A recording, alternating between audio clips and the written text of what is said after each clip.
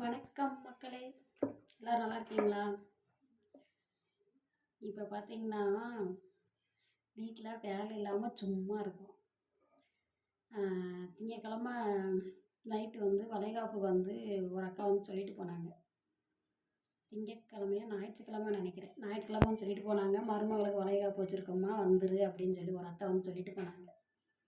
சரின்னு சொல்லிட்டு சரி இதே வந்துடுறோம் அப்படின்னு சொல்லிட்டு நானும் சொல்லிட்டேங்க. இன்றைக்கி தான் அந்த வளைகாப்பு. எனக்கு மறந்தே போச்சு. திடீர்னு காலையில் ஒரு 9:30 மணிக்கு ஞாபகம் வந்துச்சு. சரின்னு சொல்லிட்டு ஐயோ போகலன்னு என்ன நினைப்பாங்க, தடவை தேடி வந்திருக்காங்க, நான் வீட்டில் இல்லை அப்படின்னு சொல்லிட்டு திரும்ப ஒரு தடவை ஒரு 1/4 மணி நேரம் கழித்து திரும்ப வந்து தேடி வந்து சொல்லிட்டு போனாங்க. அப்போ தான் வந்தம்மா உன்னை ஆளை காணோம், அதான் திரும்ப இப்போ வந்து சொல்ல வந்திருக்கோம் அப்படின்னு வேற சொன்னாங்க. நம்ம போகாமல் இருக்கலாமா, நம்ம ஒரு ஆள்னு மதித்து வந்து சொல்லிட்டு போகிறாங்க. 2 தடவைக்கு, ஒரு தடவைக்கு 2 தடவை வந்திருக்காங்க. போனோம்லங்க, கையில் காசு இல்லை, என்ன பண்ணுறது? சிலிண்டருக்கு வேற பதிஞ்சிட்டேன். 1000 இருக்குன்னா அது சிலிண்டருக்கு பதிஞ்சிட்டேன். இங்கே மொய் செய்ய காசு வேணுமே அப்படின்ட்டு சரி அது அப்புறமா பார்ப்போம் அப்படின்ட்டு போய் ஒரு 200 செஞ்சுட்டு வந்துடுவோம் அப்படின்னு சொல்லிட்டு கிளம்புனேங்க. கிளம்பிக்கிட்டு இருக்கேன், ஒரு அக்கா ஃபோன் போட்டாங்க. மீன் வாங்கியிருக்காங்க நம்மகிட்ட. மீனுக்கு எவ்வளோம்மா காசு அப்படின்னாங்க. அது நமக்கு ரொம்ப வேண்டிய அக்கா வேறு. இல்லை இருக்கட்டுக்கா அப்படின்னு சொல்லி வெறும் உதடு தாங்க சொல்லிச்சு, மனசு சொல்லலை. சரி சொல்லு, சும்மா சொல்லு, எவ்வளோன்னு சொல்லு அப்படின்னு சொல்லி கேட்டாங்க. 300 சொல்லிட்டேங்க.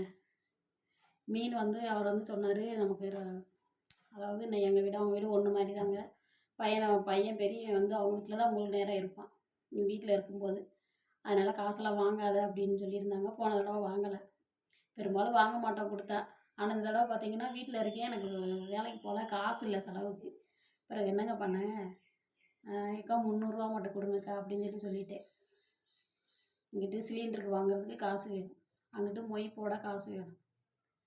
சரி அந்த அக்காட்ட 300 சொல்லிவிட்டு வளைகாப்பு வீட்டில் போய் ஒரு 200 கொடுத்துட்டு சாப்பிட்டுட்டு அந்த பாப்பாவை வாழ்த்திட்டு அப்படியே வந்தாச்சுங்க. வந்துட்டு வர்ற வழியிலே அந்த அக்காட்ட போய் அந்த அக்கா 300 400 கொடுத்தாங்க. சில்லறை இல்லை, நீ வச்சுக்கோ ஐஸ்வரி அப்படின்னு சொல்லி கொடுத்தாங்க. எனக்கு அப்போ தான் ஞாபகம் வந்தது, நம்ம 500 மாற்றணுமே அப்படின்ட்டு. அதில் அந்த காசுக்கு அவங்ககிட்ட சில்லறை 100 கொடுத்துட்டு 300 கொண்டு வந்துட்டேங்க. கொண்டு போனது 500. வரும்போது பார்த்திங்கன்னா 600. மீனுக்கு 300 கொடுத்தாங்கல்ல, அதனால் 600 வந்துருச்சு. கடவுள் பாருங்கள் எப்படிலாம் உதவி செய்கிறாருன்ட்டு.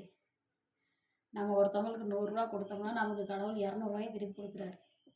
இதுலேருந்து என்ன தெரியுது, கொடுக்குற மனசு வேணும்னு தெரியுதுங்க.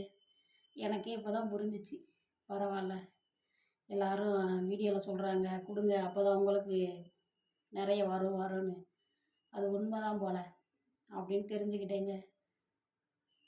கஷ்டத்துலேயும் கொடுத்தோம்னா கடவுள் நமக்கு திருப்பாறை ரெட்டிப்பாக தாங்க கொடுக்காரு. கடவுளுக்கு ரொம்ப நன்றிங்க. இல்லைன்னா எனக்கு சிலிண்டர் வாங்க முடியாது. நல்ல வேலை சிலிண்டர் வாங்குறதுக்கு காசு வந்துடுச்சு. நன்றி கடவுளே. என் வீடியோ பிடிச்சிருந்தா லைக் போடுங்க உறவுகளே. லைக் போடுங்க, சும்மா யாரும் எதுவும் சொல்ல மாட்டாங்க. வீடியோ பார்க்குறவங்க லைக் போடுங்க.